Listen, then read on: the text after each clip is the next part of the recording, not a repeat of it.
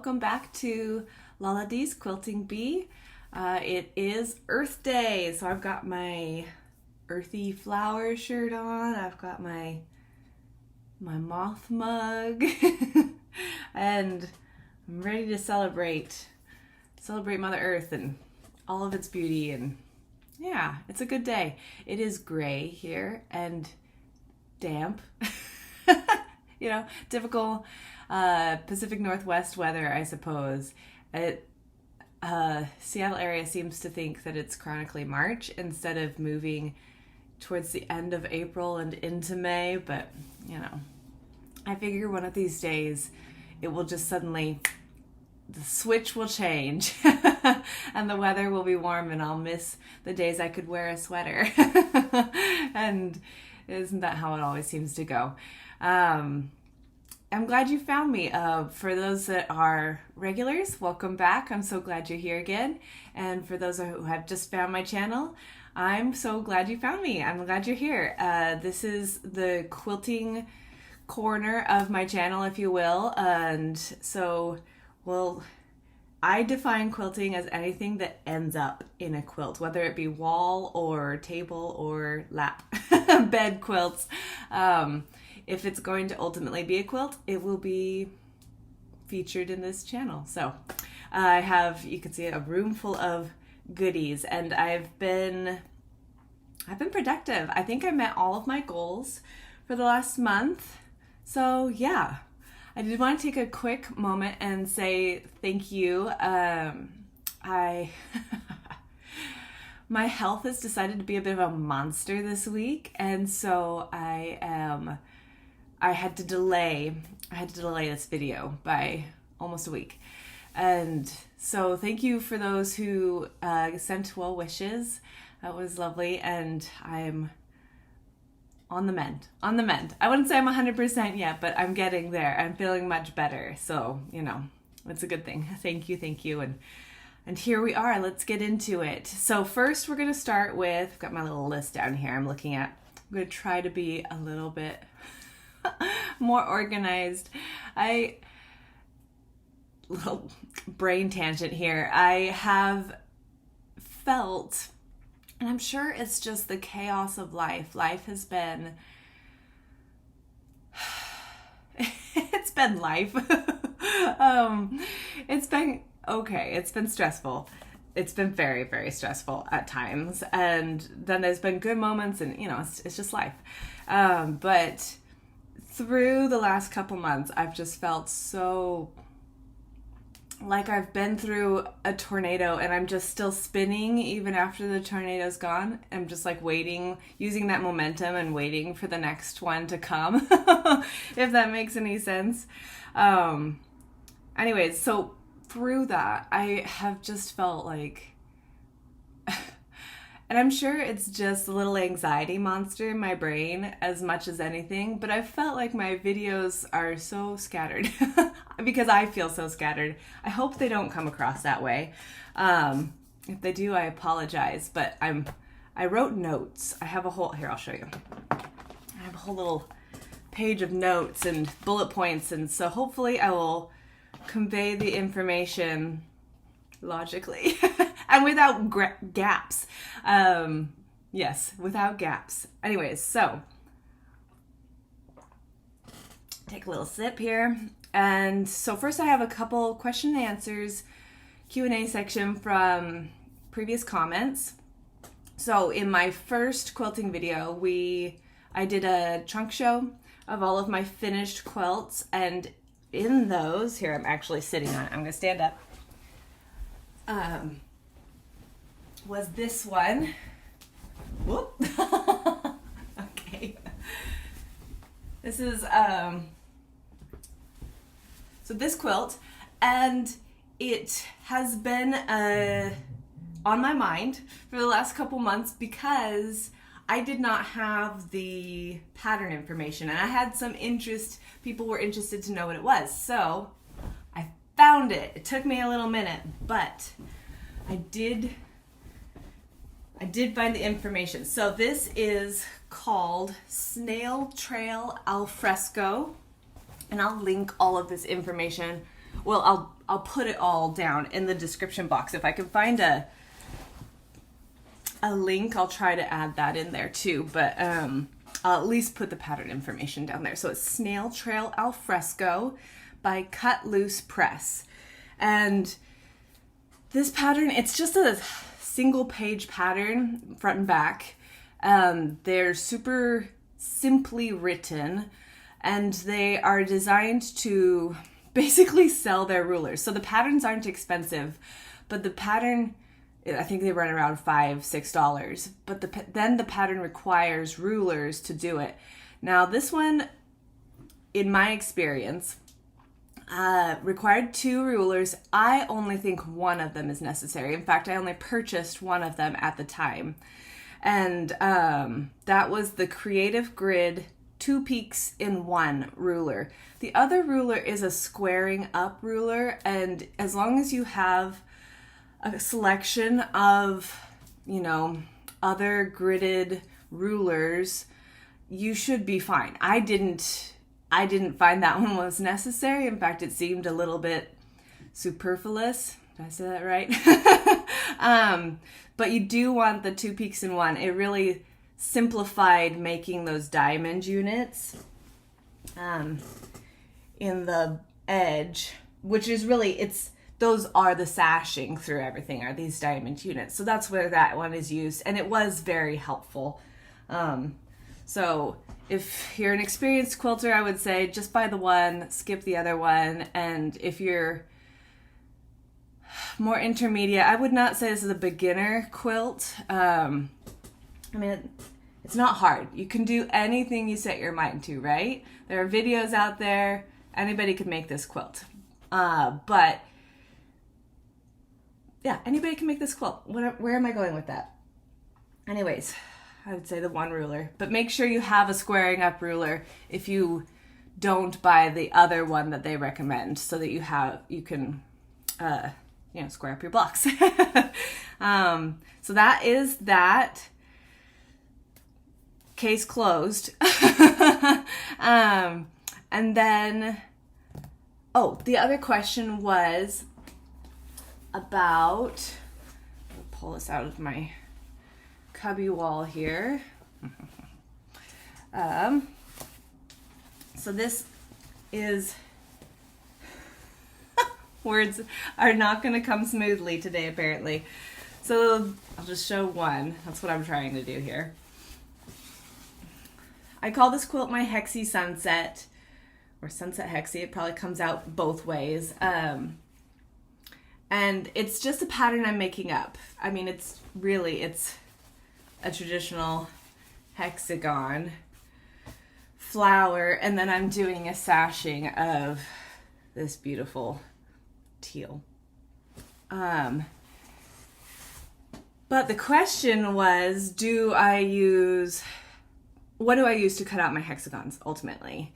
And I'm piecing on a machine because these are quite large. I think they are 3-inch hexies, which, here's a little side note, to measure the size of a hexie, you do not go from widest point to widest point. You actually measure the edge.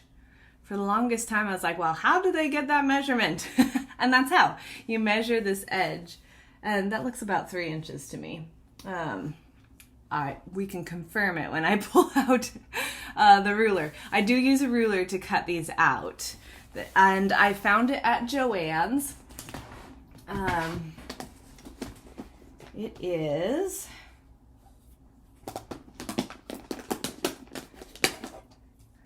Sorry. Still tucked in its box.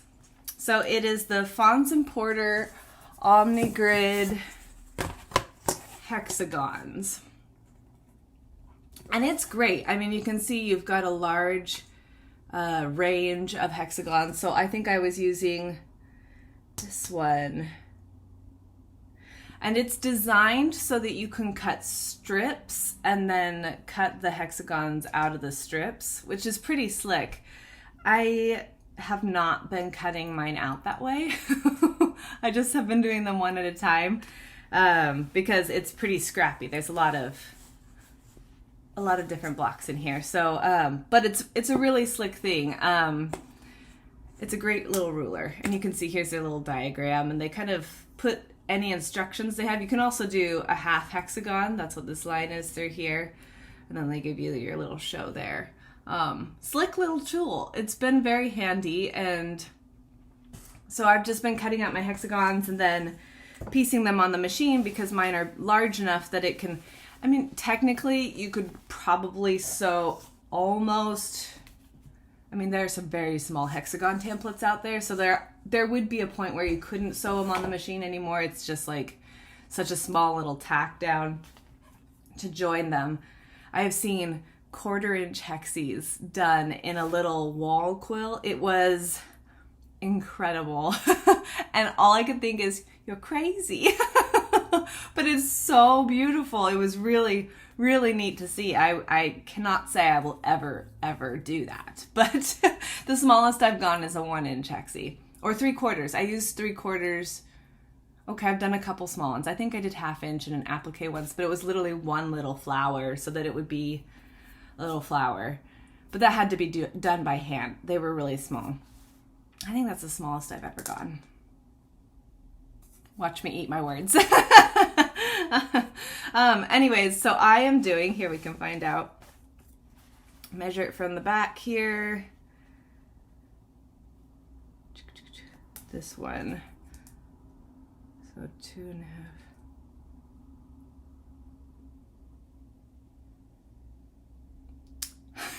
I'm not reading this well. Okay, well, we'll just not worry about it. Anyways, this is the ruler I use to make my little sunset hexies. And I will also write that information in the description box below. I'm just gonna gently lay those on the floor. Set that over there. Okay, so that's our little business section. Let's talk, oh, I wanted to do a new little segment. So, I've had, in the comments, I've noticed a wide range from the very experienced quilter to the beginning quilters, and I thought it would be helpful to, you know, just share what tools I have found useful over the years or which designers I really love. So each video I'll feature, you know, 1 or 2 notions, and then I'll talk about one designer just for a couple minutes, and it'll just kind of, you know, spread the information and the love around, and hopefully somebody will find it helpful. I will say first, these are all just the tools that I have found useful, and I'm not a huge notion person. I have my set of notions that I really love, and I tend to stick with that. And it's not that I'm not willing to learn new things or anything. I certainly absorb. In fact, a couple of them that I'll show you eventually are fairly new to my crafting space. And so I'm always willing to try new things. But, you know, you find the ones that work for you, and if it ain't broke, don't fix it. So that's kind of how I've gone. So for this week's or this month's notions, I wanted to talk about like things that join. And that'll make sense once I show you. So the first thing is wonder clips, and I don't have the packaging for them. Let's see, how can I show this? Maybe I'll clip them on here. There we go. These are my 2 favorite sizes, and they're just like, back in the day we called them binder clips, but they looked like hair clips, you know, the snappy hair barrette clips. And those worked great for doing binding, but they weren't as kind of flexible as these are. When I found these, I was sold really quickly on them. So they're just the same idea. They're just a little pinchy. And 2 sizes. They actually have, I want to say they have like 5 sizes or something. They're as big as like 3 inches long, and I think this is the smallest they go. These are my 2 favorite sizes. This is the original, and I find them super helpful. So I use them when I do bindings on little things. I'll just put, instead of pinning, especially with a vinyl front, the hole would never go away. And I will clip, just do a couple of clips as I go along to hold that fold over, so I'm not having to fold it as I go. And especially on the corners, because as much as possible I try to get a matched corner, and so, but it requires folding a couple different things over to get that mitered edge, and so just a little pressure there holds it as I stitch up to it, and yeah, it's pretty slick. But I also have used them in my English paper piecing, so to hold two hexagons together, instead of having my hand do the pinching to keep everything together, I'll just put one of these, that's why I like the tiny ones, one of these little guys on it, and it really eases the stress on your hands. It's great. They're great. I really like those. So I have a whole little box of them. In fact, I even use them on occasion. So this is one of my cross stitch bags, and I will pull the pattern out and clip it to the top to just give it like a flatter surface to sit on, so it doesn't like bend over or fold over when I'm sitting on the couch or wherever I'm doing my stitching. So multi-uses, they're great. The next thing let's see, for my quilting, I prefer a fine, let's see, that one's super bent. You can't see anything there. A really fine pin.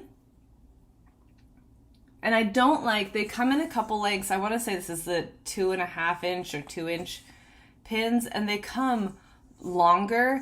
I don't care for the long ones. I find them pretty cumbersome, though it's all comfort. What you find useful and comfortable to you is what you should have in your sewing room as a tool.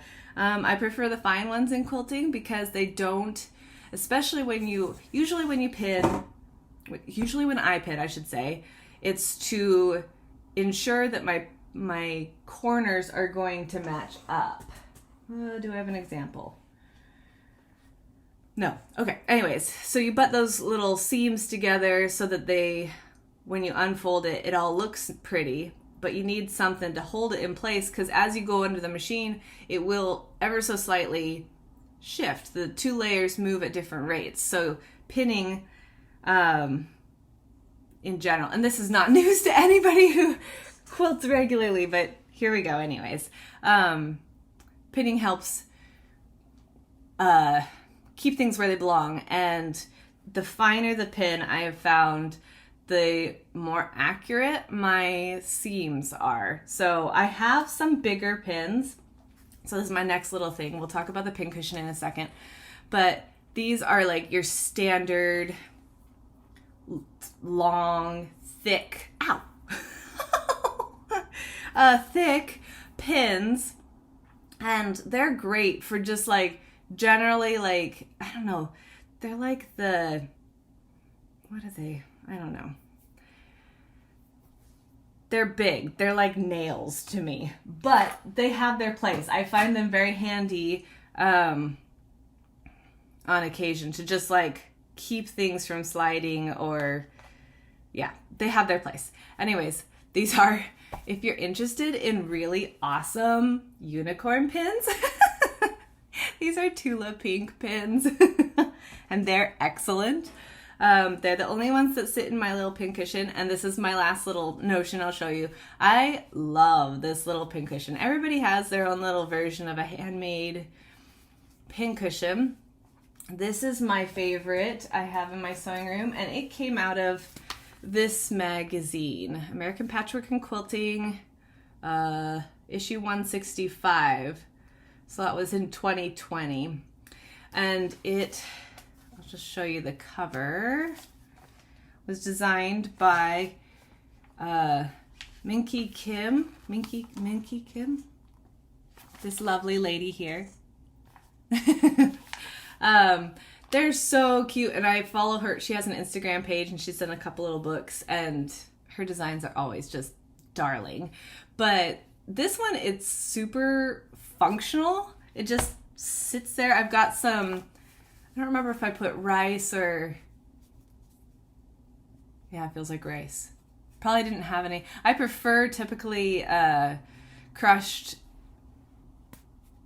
walnut shells or something along those lines in the bottom of my, oh my gosh, words, in the bottom of my pincushions. But rice works too. And it just gives a little weight so it has a little bit more stability, and when you go to jab it, it doesn't like scoot across the whole table. But I love having this little thing here, and I cleaned it up for showing you guys, but I had like a couple other things stuck into it because even though I have my, you know, the classic oval magnet, which is clearly well used, they don't die unless you drop them and they crack in half. I had one do that, like the whole top popped off, and at the time I didn't think that you could probably glue it back on, but I don't know. Anyways, this one's, I've had this one, I've had this one over 20 years. A long time, and it just keeps ticking. Anyways, so I had this one and this one sitting next to my sewing machine, and yeah. Oh, I'll just throw my presser foot onto my dog. It's fine. She didn't even notice. You're a good girl. Presser foot. Anyways, so those are my tools I like. As far as like holding things together goes. Yeah. Anyway, so I hope that was helpful for somebody. And next month we'll talk about a different kind of notion. As far as designer goes, this month I wanted to feature, and I've talked about her before, but I thought I would show you my Elizabeth Hartman patterns since I am going to be working on one of her projects, which we'll get to.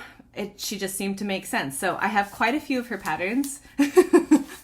I've showed you the 3 booklet ones. So, and her patterns are just so fun. There's like an element of whimsy to them, but they're just darling. And if you go on like just a Google image search or Pinterest, you can look up like Delightful Desert or Awesome Ocean, Elizabeth Hartman, and people do the most incredible things. I've seen rainbows, I've seen different colors of backgrounds, just different palettes all together.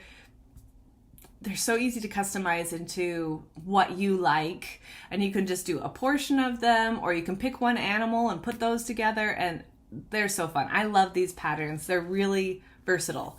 Anyway, so I'll just show you the ones that have caught my eye enough that I purchased them, because she has a lot of patterns. She's pretty prolific. Delightful Desert, which, you know, if I get Fab Farm done fast, I might have to dive into Delightful Desert because it's so cute. Oh my goodness, the seahorses in this one are just darling. Awesome Ocean, North Stars. I love the owl. I mean, the narwhal. They're so cute. The little otters, all of them are just precious. And this is another one that these blocks are actually really big. They finish 24 inches square.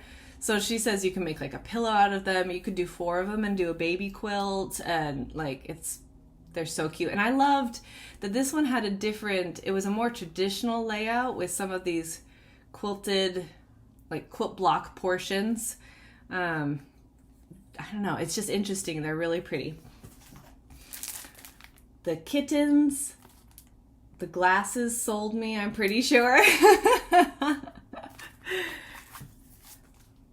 Beehive, which seems appropriate today as it's Earth Day. Save the bees. We need bees. Obviously, unicorns. Little llamas. These are so cute. I love this one.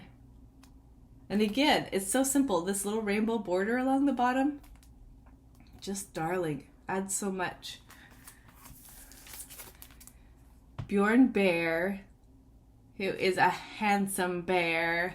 I love this one. And I actually have, I don't think there's any way this would get back to him. So I bought this one to make for my father-in-law, and maybe I should jump on that and get it done for Christmas. But he, his grandpa name is Papa Bear, Papa, and so it seemed appropriate. And then last but not least, at least from my current collection, is Patchwork City. This book is so cool, especially if you like scrappy quilts. It just has endless possibilities. But I'll get back to some of the quilts.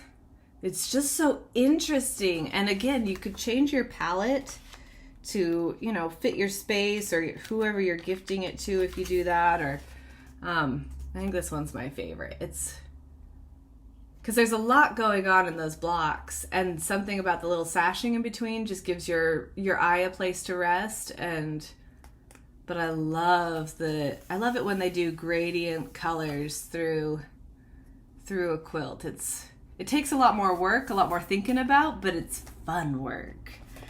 And I did a lighter version. So it's kind of like the Tula Pink 100 blocks, where the front portion is all the different blocks, and then they give you different ideas, just starting points on how you can use these blocks. But I mean, you could do a table runner. Again, you could feature some for a pillow.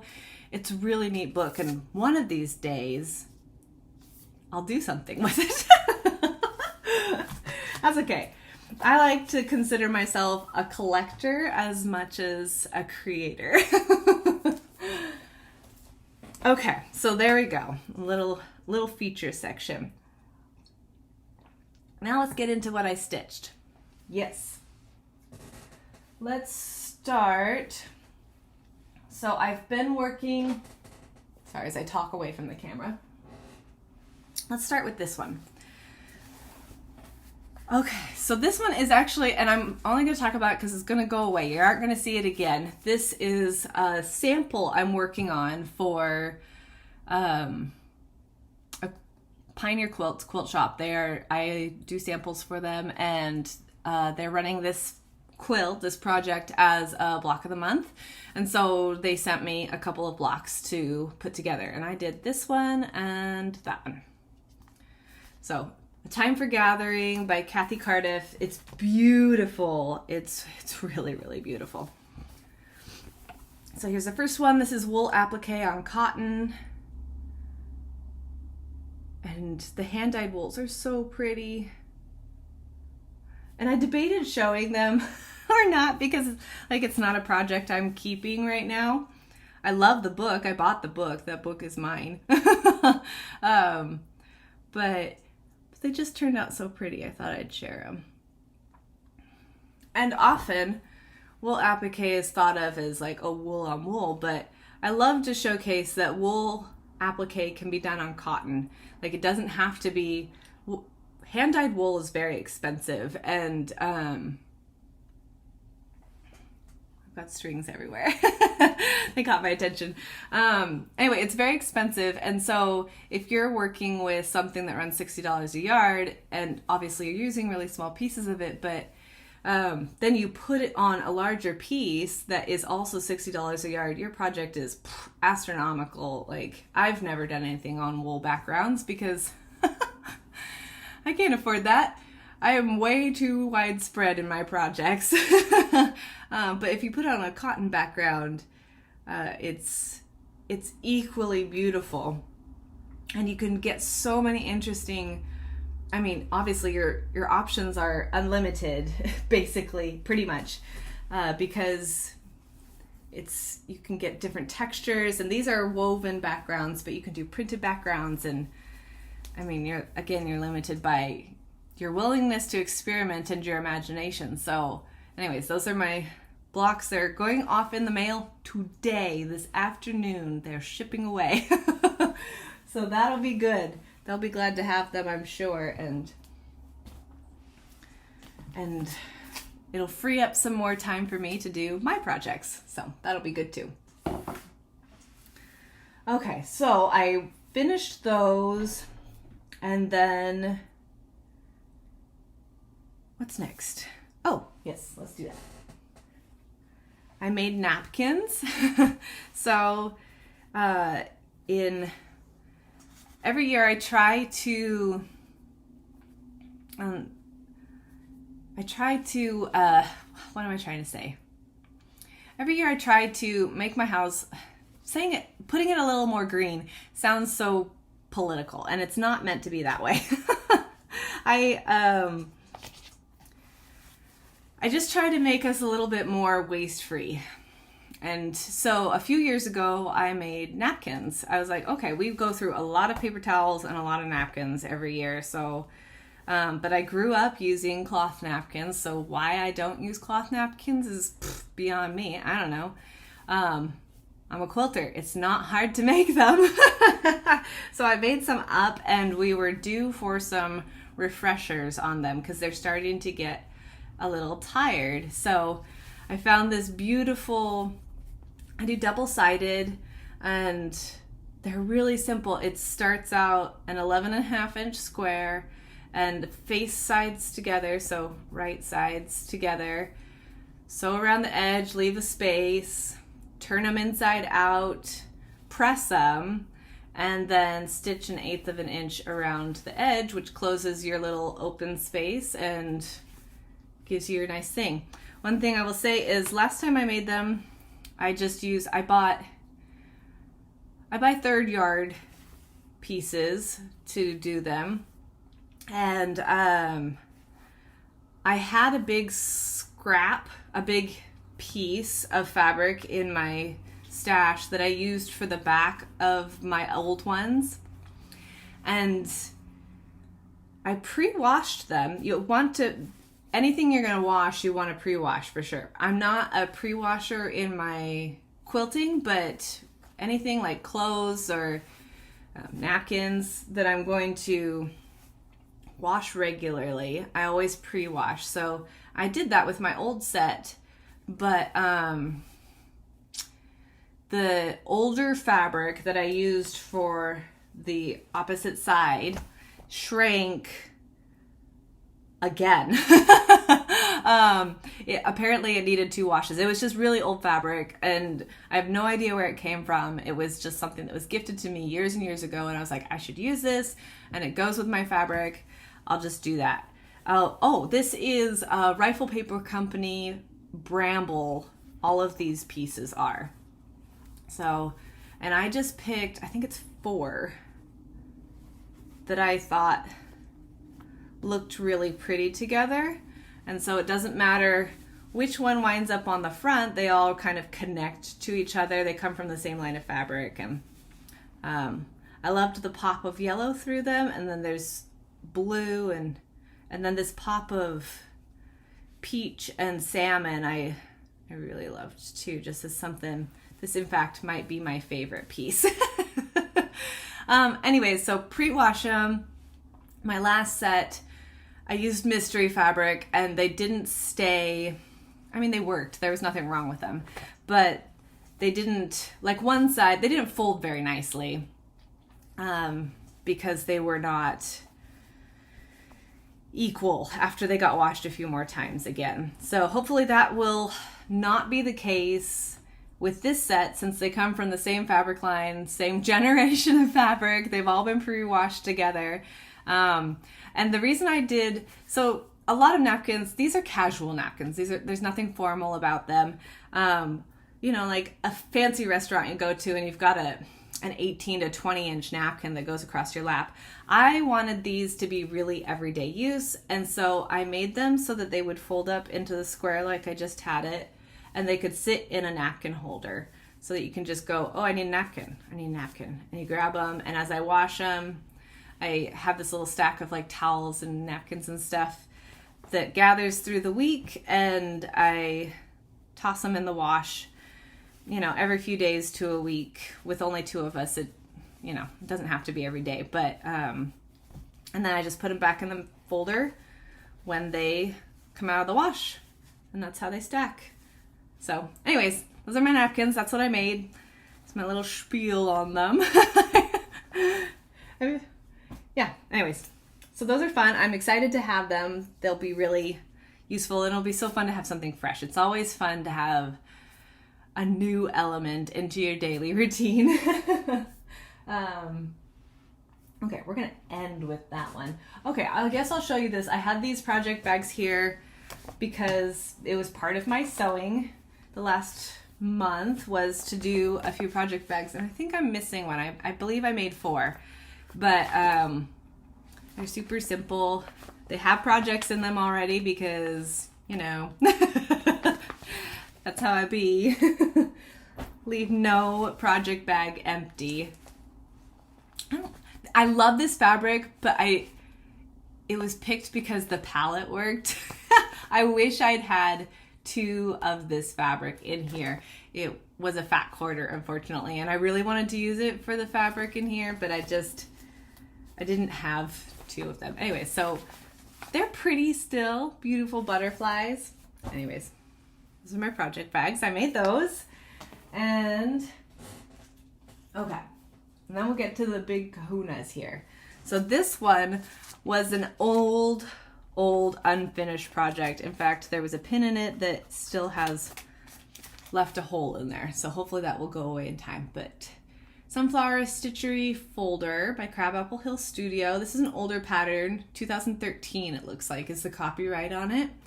And that is probably pretty accurate to when I purchased it and purchased my materials for it. And I've had the stitchery portion done, I want to say around a year. I think it was around last year that I pulled it out. So here, I'll show you this first. So this is the stitchery. And what slowed me down was this lacy eyelet border, because it's beautiful in the end, but it was boring to stitch. I love working with the colors, and yeah, it was just not exciting after everything else. Though it was exciting to have it done. It's really fun. So you used crayons to I love these I don't remember what they're called. It's basically a really micro buttonhole stitch done in a circle to give these little wagon wheels. Maybe that's what they're called, wagon wheels. They're so pretty though. And then on the inside, it's just one loose pocket, which, so in finishing this, oops, and it's a trifold. It's intended to be a trifold. And you can see she's got like a pattern and stuff just tucked into the pockets, like so. So you could do like pocket of pattern, you could do your material, and then you could do like your floss card or something over here. It's funny how when I bought this, I was like, oh, this is going to be such a handy tool, and my organizational system has changed in, you know, a decade since I started the project. And as I was finishing this, first my debate was, should I quilt around everything here? They did not, in the pattern, they did not call for quilting around all of this loose fabric, but it is just loose fabric and batting in between. And so I debated, and finally decided to just go with how the pattern called for it. But so that was my first debate. I did do a couple, not that, that's just a little fuzzy. On the fold marks, I did do a little tack down stitch, partly to say like this is where to fold it, and then partly to just give it some stability, because it really is, especially if you're going to take it anywhere, it is a very large panel that's not really supported. So I did do that, and they're just, I think I did it in the ditch right here, so you don't even see it from this side when you open it up. Anyways, so that was my first debate. Do I quilt it? Do I not quilt it? And then my second debate was, well, should I change the inside? Should I make like a zippered portion, or so like the threads and needle case don't fall out? Should I throw in a something else, blah, blah, blah, blah, blah. You know, I had all these ideas swirling in my head from other project bags I've made. And ultimately I decided No. Just do it like it's called for. That's the way you intended to make it. I also debated, should I add like a button and a hook system? What if it falls open in my bag? But you know, I have other things that fold and they don't really open in your bag. They're supported by everything else you have in your bag. So I didn't do that. It seemed unnecessary. Especially since I'm not really traveling with it probably. Anyways, it's lovely. I'm so happy to have it done. I ultimately decided to just do it as called for. And so, yeah, I'll have to find an embroidery project to tuck into it, and I will have to use it. Yeah, it'll be good. So that felt really good to have something from the archives of unfinished projects move out, make room for something else, right? Okay, last thing I worked on as far as at the sewing machine goes was my Pierre quilt. And I'll just show you again, in case we have new friends with us, the pattern. Where is it? Trying to find the full picture, sorry, not just a partial picture.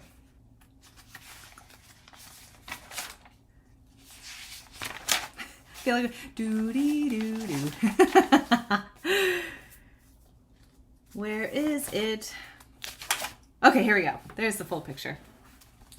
The last page. So this is the Pierre block quilts, the Pierre quilt. I don't know what it's called. Pierre block, we'll just call it that. And I am not doing two colors. I'm doing it scrappy based off of what I'm using for my sashing, which is this beauty. So you can see there's a lot of colors in there. And when last we met, I had completed all of my bajillion half square triangles. And my goal was to complete some of the bigger units and then have one block done. And so I did. And this is my first block.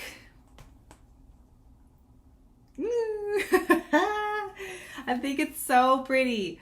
And this will be the sashing with it.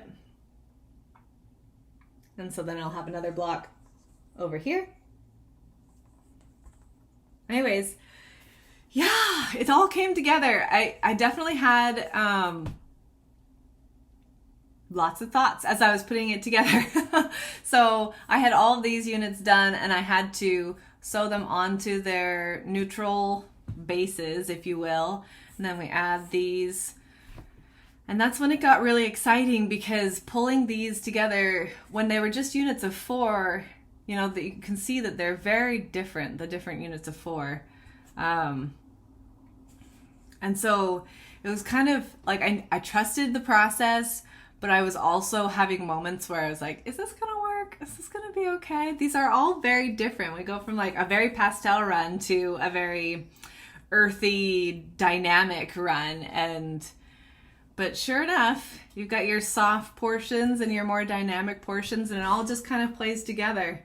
So then my next thought was, oh my goodness, the background in this is white. And this is not something I didn't know when I chose my fabrics, but the background in this is white, and this is, you know, so creamy. It's taupe, technically, taupe grunge. And like, does that work? And the reason I chose it, and the reason I still believe it works, is I wanted the contrast. So I did this previously, and next time I showcase this, I will bring in my previous version. It's not in here right now, and I don't want to pause the video.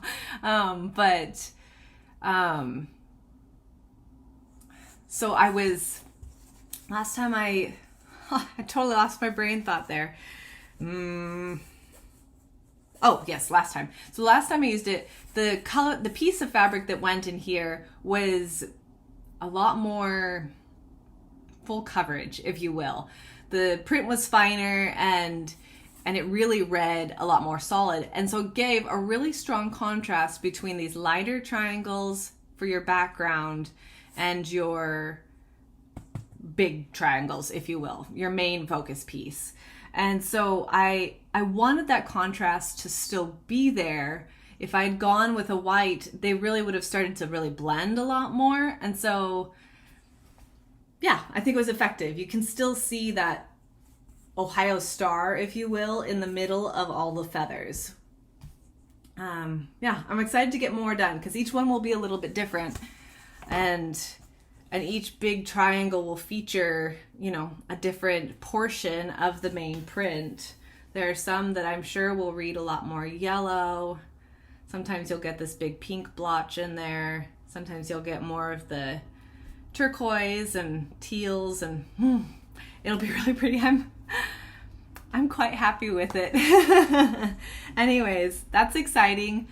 I have been focusing on this one all year though, to this point, and I'm ready to move it out of the main focus of my machine stitching time. I'm ready for something different, and it's not going away permanently. Like, I'm at this point, it's pretty simple piecing. Like, once you get, so I need to go through and make all of these units. I have all of the corner units, but I haven't assembled all of these units yet. Once you do, it's just a 9 patch block.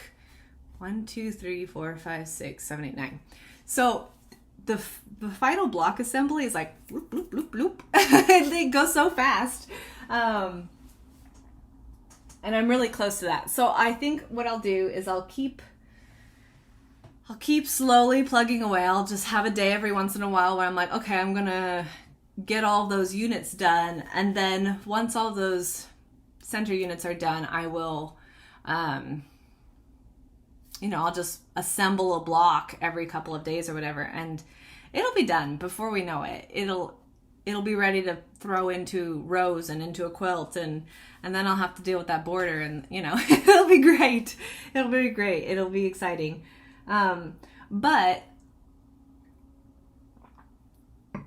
I figure without like completely focusing on it and only stitching on that, I could finish this quilt in the next couple of weeks if I really plowed through it.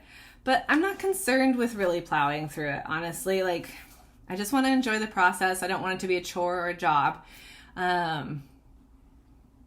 So I'm just going to let it happen as it happens naturally. And if I'm feeling inspired to work on it, I'm going to work on it. And my guess is that it's kind of slated for quilt top being finished and ready to quilt so that it will be ready for next year's flower season.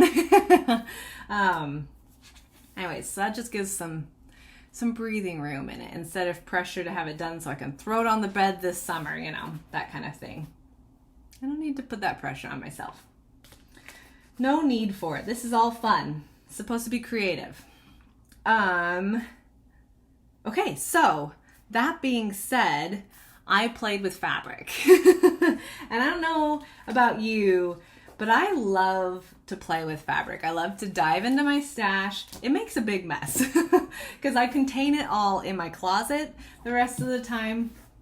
I have a closet to my left here that holds my big buckets of color stash. And I'm thinking we're going camping next month. So probably in June or July, I'll do a craft room tour video. That'll be fun.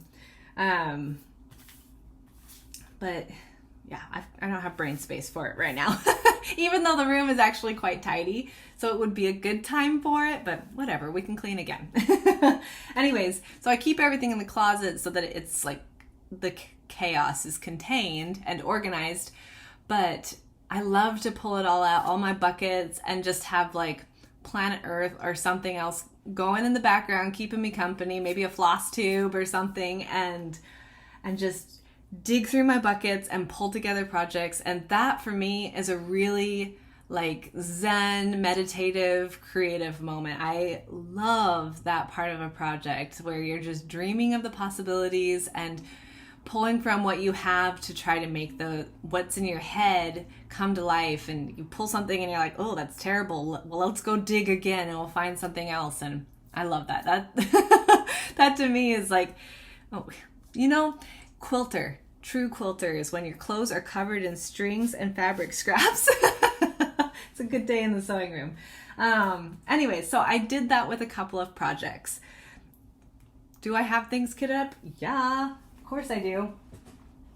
But it's always fun to dream. And they were actually things I have probably mentioned before that they were already in the radar. These aren't out of the blue projects, so it's all good.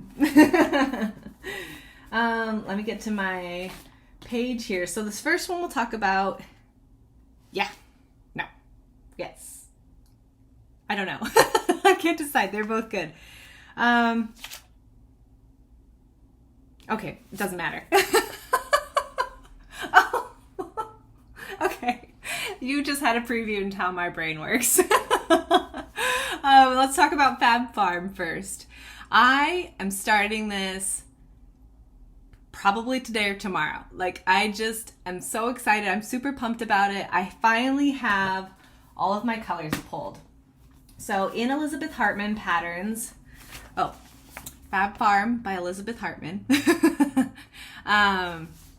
which I think I found, was it in February?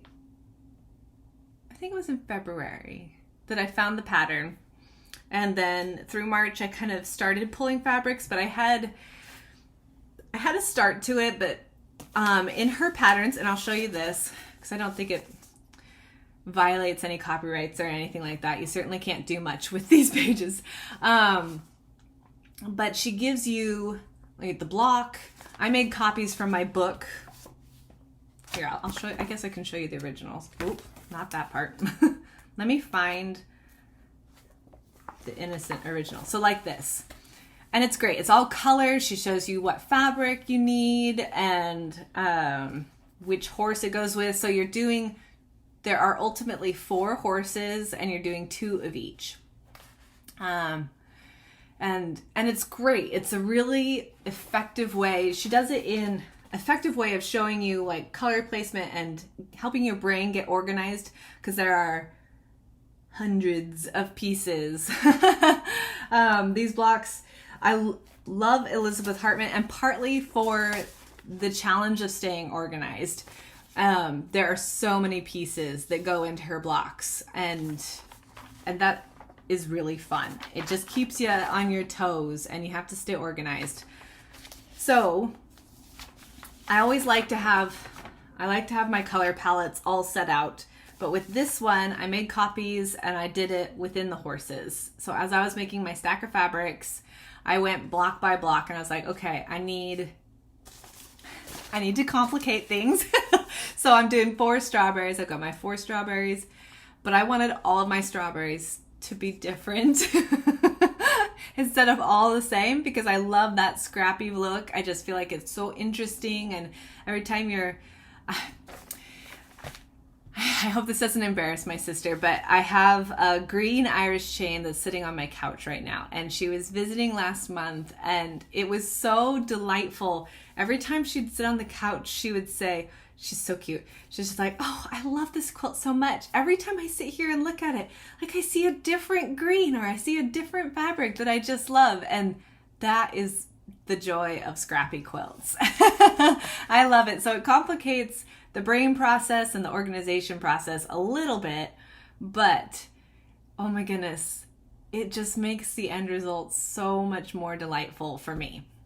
So 4 different strawberries. So I put my 4 different reds. I decided my 4 different greens for their little stem parts, leaves and stuff.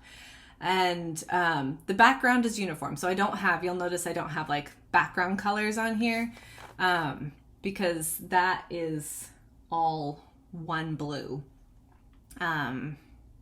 which is way over there.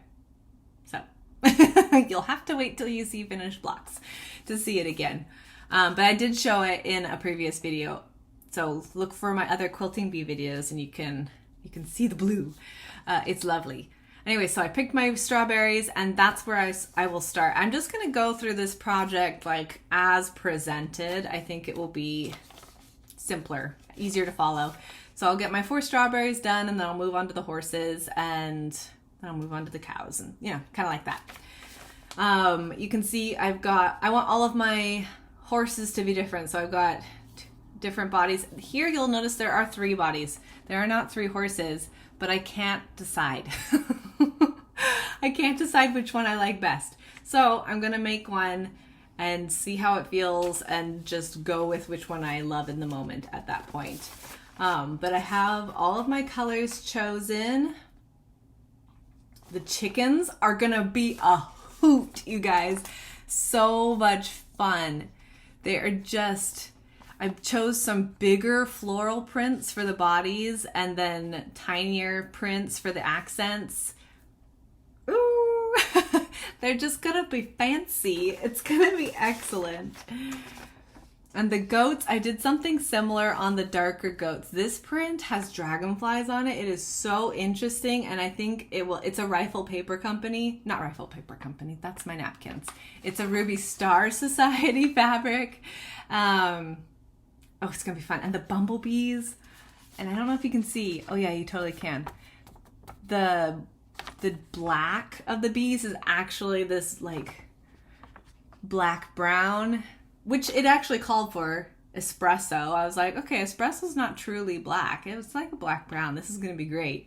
But it just adds that little element of texture to it. And the wings are honeycombs.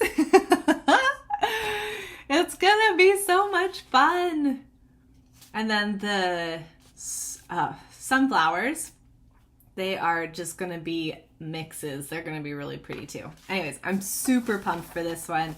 And I am going to manifest sunshine into my Pacific Northwest skies by jumping into this project. So, Fab Farm. Next month, I commit to at least the strawberries done because I'm also going to work on something else. Yeah, I'm really excited for it. So a couple people mentioned wanting to stitch along with me. You are absolutely welcome to. And we could do it as a super casual stitch along if you want to. I'm not going to like set up a formal, like get this done at this time because we're going into summer in a couple months here, a month and a half. Like school will be ending, people will be going on trips. It's a really hard time to, especially with a sewing machine, stick to a schedule if you do any kind of traveling or whatever. And we've got a couple of camping trips, so I just don't want to be super formal, but it'd be fun to see if anybody else is working on it. So we could just do #FabFarmSal and keep it super casual. And if you're working on it, great. And if you're working on something else, send me a picture in my email. I'd love to see it. Anyway, I'm super excited for that one. That one's going to be fun to work on. The next one, I'm just dreaming of strawberries, you guys. I just want summer nights and fresh food. And I dream of the day when I have a garden bigger than a pot. Anyways, I gotta show you the pattern. So this is one I had pretty much kitted up. And this is my color palette from my binder. And Mod Strawberries by So Kind of Wonderful. It uses this mini curve ruler, which I used the big curve ruler for the Mod wedding ring, Mod rings. I don't remember what it's called. It's basically a double wedding ring done all on the machine, no hand piecing or anything like that, which is super slick. And I liked it. So when I saw this one, I think I mentioned it before, I wasn't in love with it at first. I don't care for the super light strawberries. I mean, I know strawberries have lighter portions on them often, but I don't know, they just kind of like bleed into the background a little too much for me, and so I wasn't in love with it. And never jumped on it, but I saw it in a shop in California done in batiks. And so, you know, super saturated, vivid, and they just did a solid background with these super saturated deep reds, and it was all reds on theirs. And I was like, whoa. Oh, samples are effective, everyone. It was like, I was inspired, and so I was like, okay, I'm gonna buy this pattern. And so I bought the pattern, and I was like, I've got a lot of batiks at home, got a whole bucket of them. I can do something with them. I'll go digging. And sure enough, I have plenty. I'm gonna pull out my bucket here. I know I showed you last time, but there's more stuff in it now. And I want to talk about my backgrounds a little bit. So I have a mix of batiks and prints. So like some of these greens are printed instead of batiks, and some of these, like that one's a print, that one's a print, that one's a print, but they all have deep levels of color. And I didn't want mine to be just like all these kinds of reds. Like if it was all this range of these 3 prints, again, it would be very blendy and it would be beautiful. I mean, that's really similar to what they had done in the California shop, but I wanted more. I wanted more movement. And when I started pulling colors, I think it was this piece. This is a K Facet Collective, and it has that deep violet purple in there, and some of these deeper tones. I was like, oh my goodness, there's my palette. So that's why you see some of these purples and the deeper deep reds that came into it. And I think it's just going to add a lot of dimension and interest to the shapes, because these strawberries actually have quite a few, you can see it in like that one, quite a few pieces. And I haven't looked too closely at the pattern, but my guess is you create a panel and then you cut the shapes from them. Is that correct?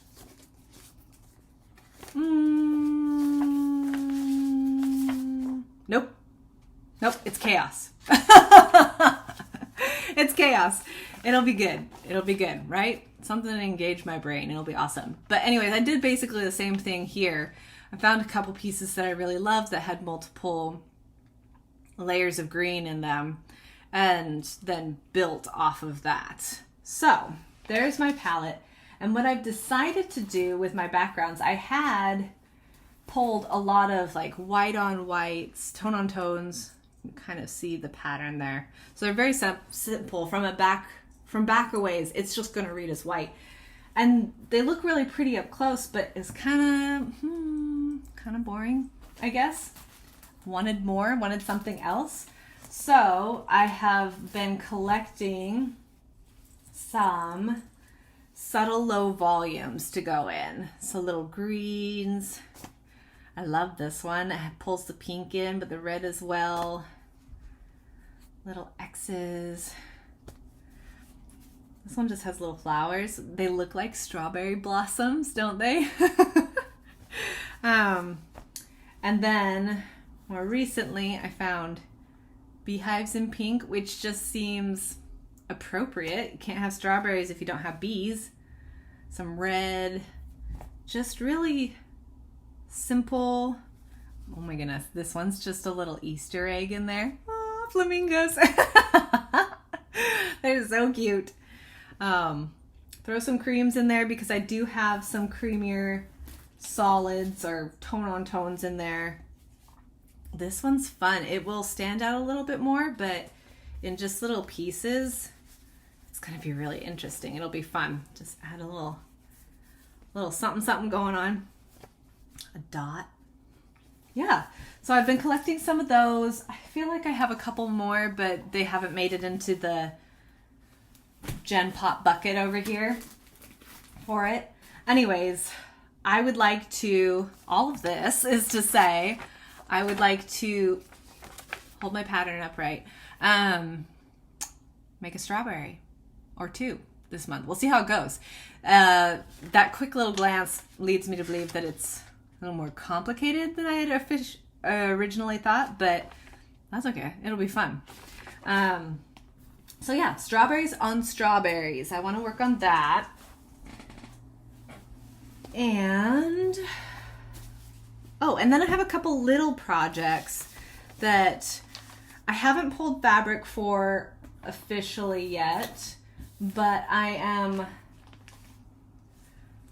want to. I have found that I don't have a lot of like fresh, happy, modern, small things around the house.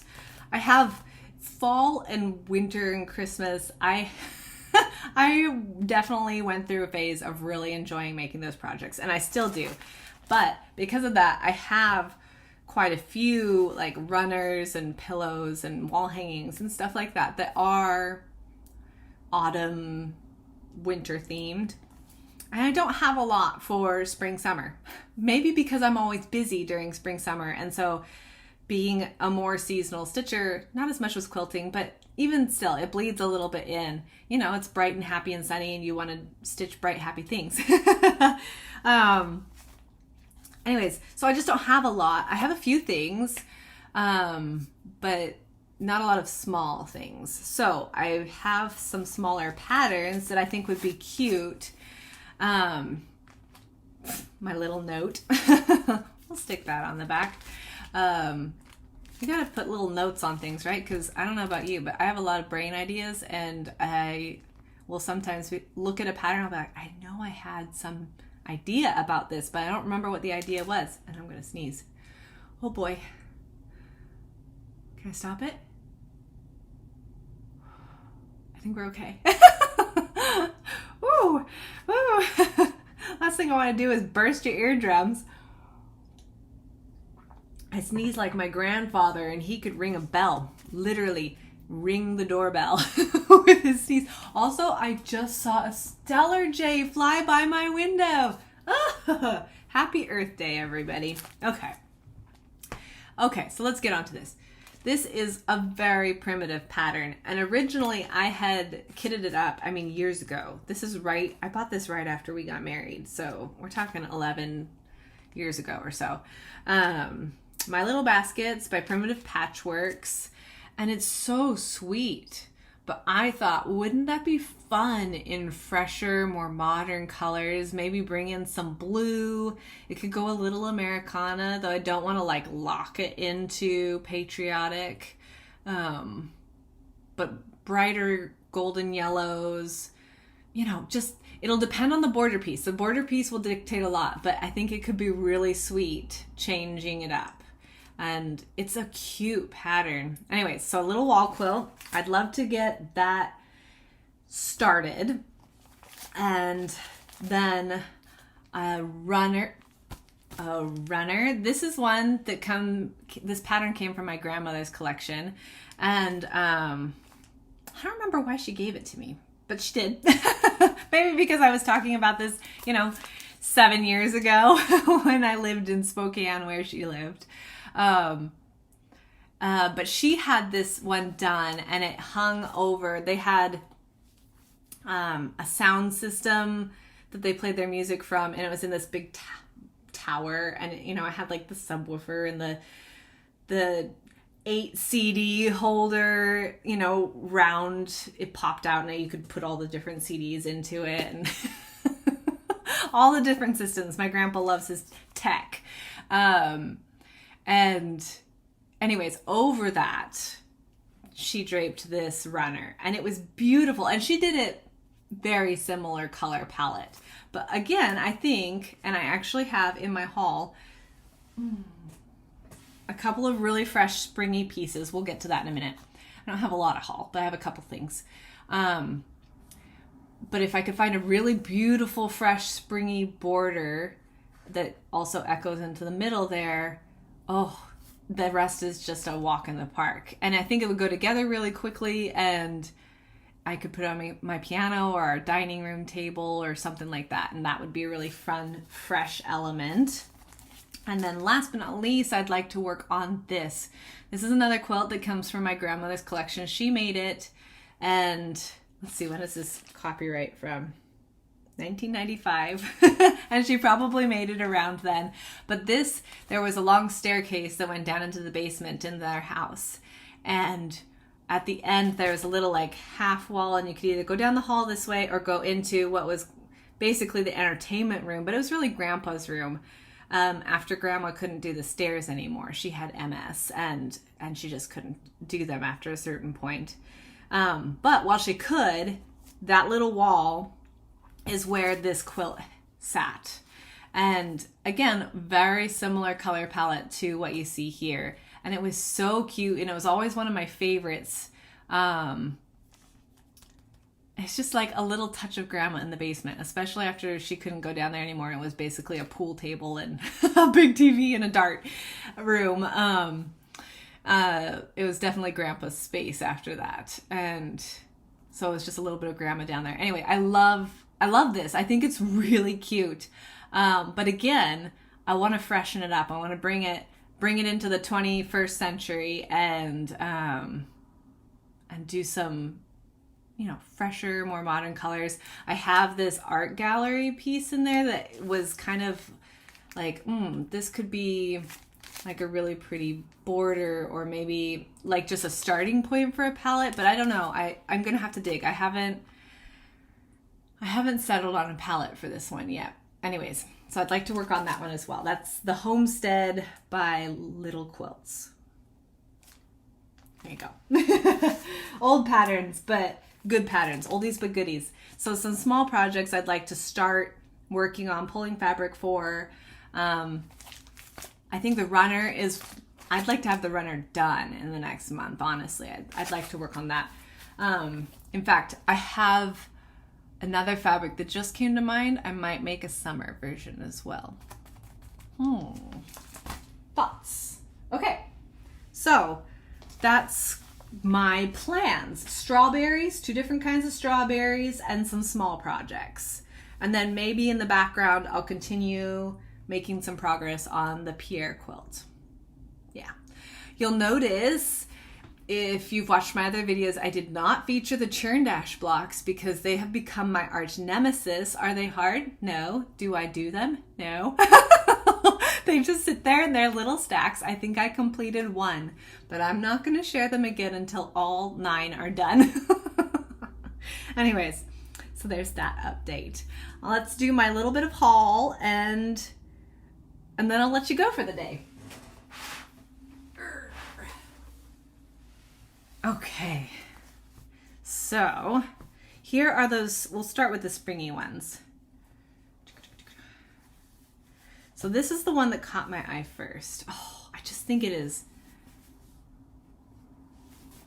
quite stunning. So beautiful. So this is a Moda fabric, Robin Pickens. The line is called Wild Blossoms, and it's new. It was new in my quilt shop when I was there yesterday to pick up my machine, which needed repairs. And it is, oh, by the way, my machine is up and going. I'm ready to start quilting. It's gonna be excellent. It might wait till after our first camping trip, but that's okay. We'll see. You never know where the craft room will take us. Anyways, this is beautiful. It wasn't there last time I was in, so it's current. You should be able to find it if you're interested. And with that, there were some companion pieces that I thought were just delightful. This one. And this one is just, I'm going to open this one up. They have it all folded nicely, but it's beautiful. Oh, I love my blues and greens. See, this could be a beautiful border for that runner. I bought a bigger piece of the gold because I thought that, I mean, they could go in the same project, but we'd need something to connect them because there's no blue in this. Anyways, beautiful, absolutely gorgeous. Even if it doesn't go in a runner or anything, I'm glad to have it in my stash. Little fat quarter. And then the cute little, oh my goodness, this one's just darling. Little bees. So cute. So those are all from the same line. And then this one is, I have no salvage information. I've seen it around before. In fact, I think I have some in a different color, like green or red or something like that. It's gorgeous. It's just a blender. And I thought it looked nice in with that. And like if I threw in this one into the mix. Like, you've got the start of something there potentially, right? And if nothing else, a good gold is good for the stash. Okay, so that was my little springy thing. And then Tula Pink's new line came out. And I'm so excited for that. And I have a pre-order of, here, we'll just show you. Everglow is the line. And it is ever so beautiful. I picked my two favorites. Ooh, look at those elefantes. Elephants, I know how to say it. That was a Lord of the Rings moment. Oh, and the lion and this color palette. They had each of these in a couple different colors. And I loved this one. I mean, my blues and greens. And I was trying to pick... I have been building a Tula stash for my 100 blocks, and I was trying to think, what colors do I have or not have in that stack? I need to start bringing a color palette with me when I go to the shops. But, oh, this one is just absolutely gorgeous. It is so different from some of her other palettes, and yet it has the colors featured in the other ones. I'm not even looking at you guys, I'm just looking at the fabric. But I love it. I think it is absolutely gorgeous. It's absolutely gorgeous. He is just Mufasa. Handsome. So I got those, as I started to say, I have a pre-order of, I think it's a back order stack coming to me. Like, if they're showing up in shops, I would expect it in the mail, you know, anytime in the next month, probably. And at that point, I will more seriously look at my 100 blocks and see, like, where am I? Am I ready to start this? Do I need a couple more, like, blender pieces with it or not? Can't all be feature pieces. Anyways, so that'll be really fun. But these were too beautiful to not have just a little bit more of. Because what if I want to make, like, a project bag or a purse or something? It's beautiful.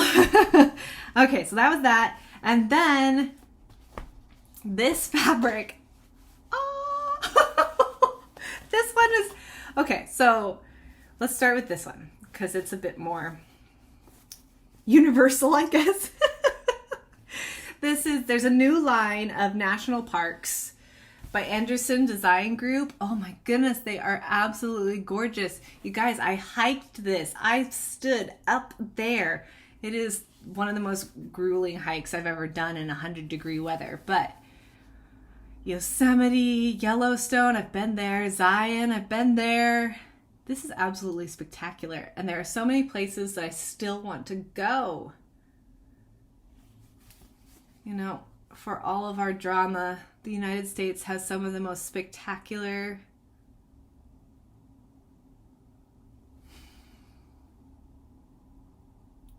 geology.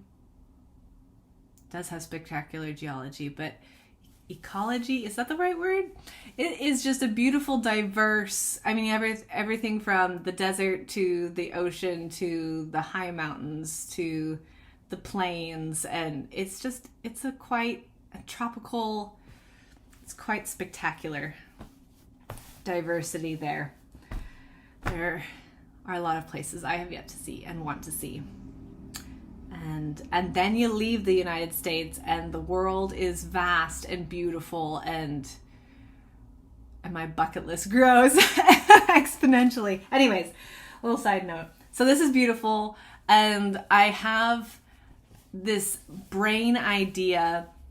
I love these old posters, and as we have visited the last couple years, we've visited some new national parks for us, and I've been collecting their posters of, like, the postcard version of the posters of the places we've been, and I have this idea of translating the posters into, like, an embroidery project and creating a quilt of the national parks we've gone to in, like, the first 10 or 15 years of our marriage. I think it would be really cool. Anyways, so this was just another further inspiration, something I could kind of tuck into somewhere in it if I chose to. Is gorgeous. But the real impulse buy was this amazing piece. The same designers, so the Anderson Design Group. Oh, I'm so tickled. This is Legends of the National Parks. Oh, we've got Bigfoot, the Snallygaster, Jackalopes, the Mothman. Oh my goodness. It's so good, Swamp Apes. Everything.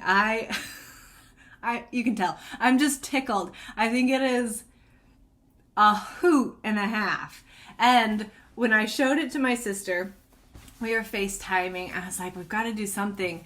And we decided it would be super fun to cut the blocks out and then make them the centerpieces of like a courthouse step or a log cabin or something. A log cabin would be a little bit simpler, like you see here. But if you just did really either things that read pretty solid, like just textured prints rather than printy prints, then you would really see this. But do these kind of really neat retro colors. Oh my goodness. Oh, it could be the funnest project. Anyways, so that is swirling around in my brain and I absolutely love it. It's so cool. I love me some cryptids. Here, I'll show it up close.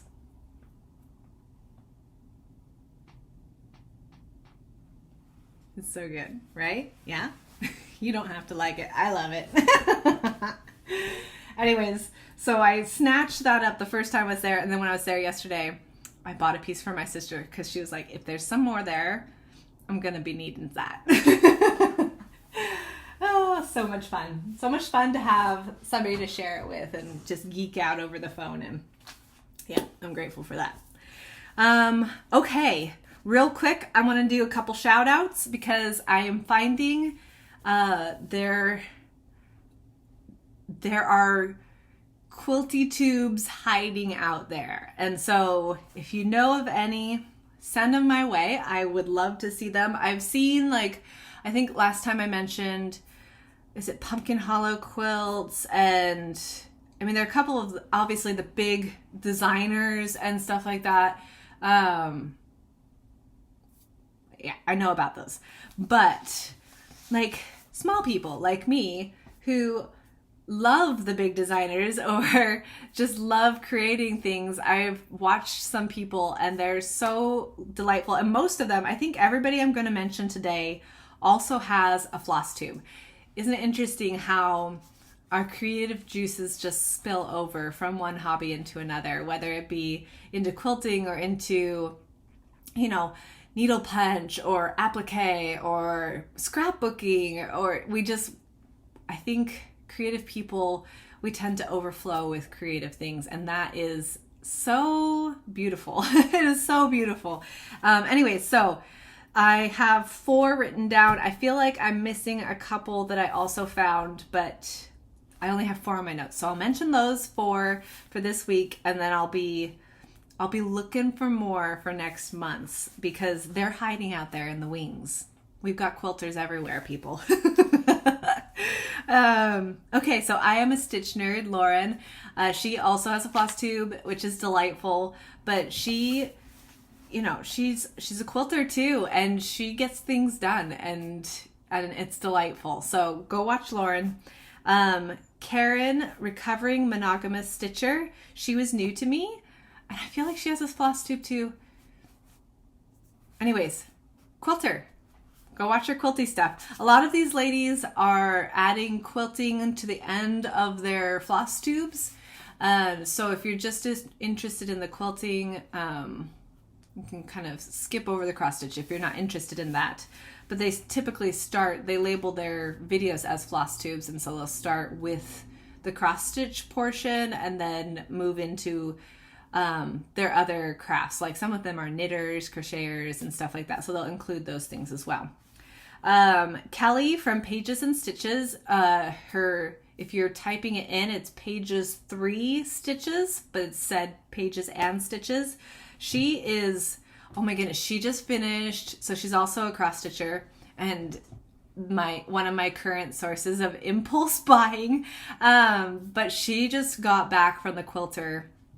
I don't know how just this is, right? Because I typically watch videos like as I have time for them, so it could be a month old. It might have happened eons ago, but she just got a quilt back from the quilter that she designed herself, and it is, oh my goodness, the colors are just gorgeous. It is really, really beautiful, and it's so inspiring to see people do their own thing. Like, it's just, I don't know, it's something, it's beautiful. It's so good. It's so inspiring and uplifting, and I love following patterns, but patterns are just starting points, and designers come from somewhere, right? We all start out doing what everybody else is doing, and then we kind of develop our own flavor, our own style, our own way of doing things, our own way of changing things up, and it's just, I love it. I find it so exciting to see people branching out and just creating. It's really exciting. And the last one is Fiber Arts Amy. She is a spectacular cross stitcher. I mean, she does some of the most beautiful stuff, but she has also started her own, she's also a quilter, a prolific quilter, it seems, and she has a whole room full of goodies and a tower of quilt kits, and it's so fun. And so she has started doing separate videos of just her quilting, and that's been very exciting to see develop. And so go check out these 4 gals. They are awesome, and I hope to find more new people. It's so funny because I have my regulars that I love to watch, but I also, when I scan, you know, your homepage on YouTube and you click it in and you're like, okay, I'm going to be in the room for a while. Let's get something going. And so I see my regulars, and I stay pretty current with my regulars. I subscribe to a lot of people, but within those subscriptions, I have like, you know, 5 to 15 people that I just watch them right as they come up. But then, you know, if you spend much time in your room, like I do, because even if I'm just like doing other paperwork things, I'll have videos going because I want to see what people are doing. And so I get through my regulars pretty easily. And so then I'm just looking for people. There are so many new creators out there right now. It's super exciting. And so I look for people I don't recognize, and that is really fun to, especially when you find one that you're like, oh my gosh, I just click with you. My brain works the same way as yours. Or they're just entertaining to watch. Some people just have these magical personalities, and then other people are lovely, wonderful, gentle people, and their work is spectacular. And I mean, the world is a good place. There's so much good in the world, and I feel like this creative corner is one of those good places in the world. And so I'm grateful for it, and I'm rambling, so I will stop. But I'm so glad you've stuck with me. I'm so glad you're here. I hope you have a beautiful day, and that over the next month you get all the stitching done, and mostly I hope that it just lifts you up and gives you somewhere peaceful away from the chaos, and yeah, all the good things. Happy stitching, my friends. Make something beautiful.